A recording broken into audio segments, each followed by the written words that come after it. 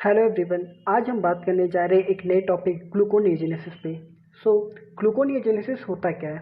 As a name suggest, gluco means glucose, neo means new and genesis मतलब बनना।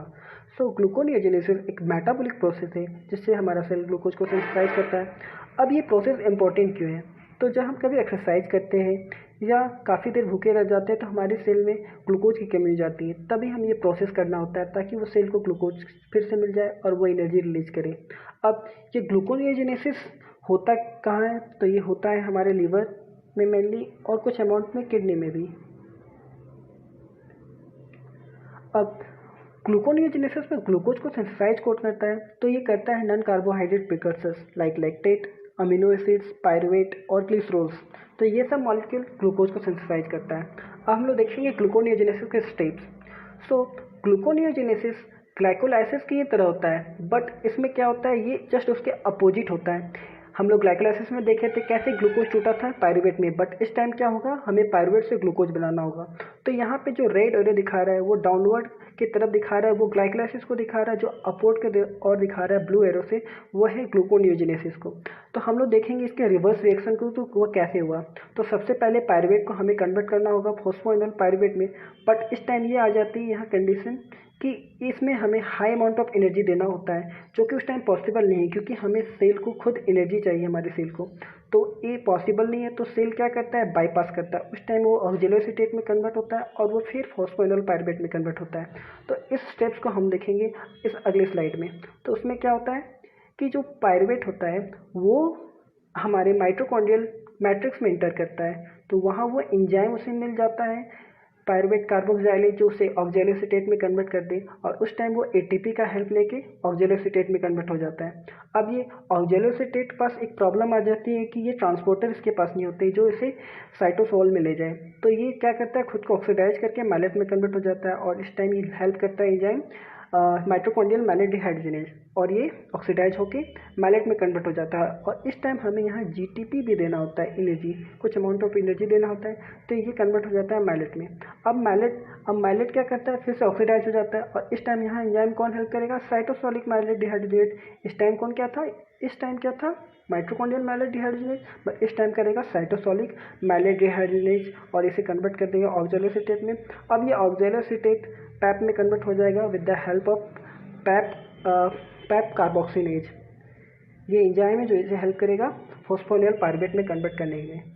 अब हम देखेंगे ये जो रिएक्शन हुआ पायरुवेट से फॉस्फोइनोल पायरुवेट बना, इसके सारे ओवरऑल नेट रिएक्शन को देखेंगे। तो इसमें सबसे पहले हम लोगों ने पायरुवेट मॉलिक्यूल लिया।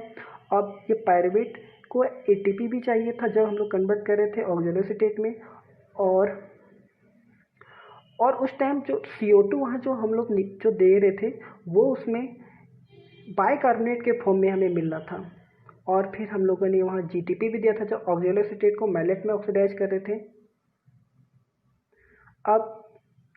अब ये बना क्या, पैप बना फॉस्फोइनोल पायरुवेट, और यहाँ से एटीपी लेके ये एडीपी में कन्वर्ट हुआ, और जीटीपी लेके जीडीपी में कन्वर्ट हुआ, और फिर एक इनऑर्गेनिक फॉस्फेट और CO2। ये इसका ओवरऑल नेट रिएक्शन है जब हम लोग पायरुवेट को फॉस्फोइनोल पायरुवेट में कन्वर्ट करते हैं। अब बात आती है कि फॉस्फोइनोल पायरुवेट से अब ग्लूकोज कैसे बनेगा। तो वो सेम प्रोसेस ग्लाइकोलाइसिस की तरह होगा, उसमें जस्ट अपोजिट होगा। बस ये कंडीशन रहेगा कि इसमें फॉस्फोइनोल पायरुवेट को हमें सबसे पहले 2-फॉस्फोग्लिसरेट में कन्वर्ट करना होगा। उस टाइम हमें एंजाइम हेल्प करेगी इनोलेज। उसके बाद 2-फॉस्फोग्लिसरेट को कन्वर्ट करेंगे 3-फॉस्फोग्लिसरेट में। इस टाइम हमें हेल्प करेगी फॉस्फोग्लिसरेट म्यूटेज।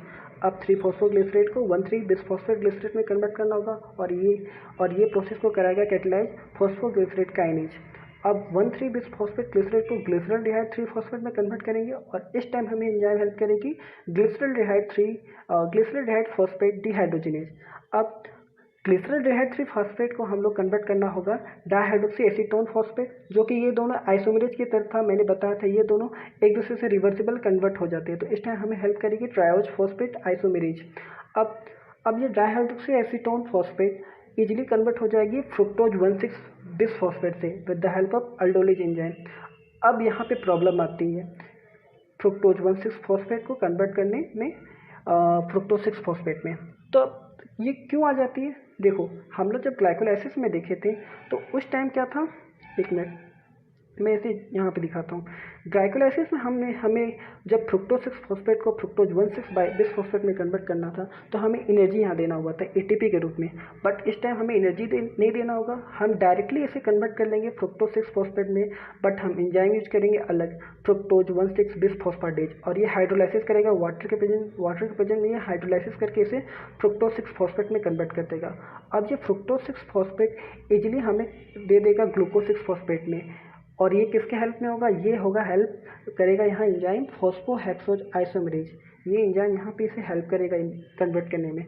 अब फिर से यहाँ प्रॉब्लम आ जाती है कि ग्लूकोज 6 फॉस्फेट को ग्लूकोज में कैसे कन्वर्ट करें, क्योंकि उस टाइम भी ग्लाइकोलाइसिस में भी हमने यहाँ पे एटीपी दिया था एनर्जी के रूप में, तो ये कन्वर्ट हुआ था ग्लूकोज 6 फॉस्फेट में। बट हमें इस टाइम क्या करना होगा?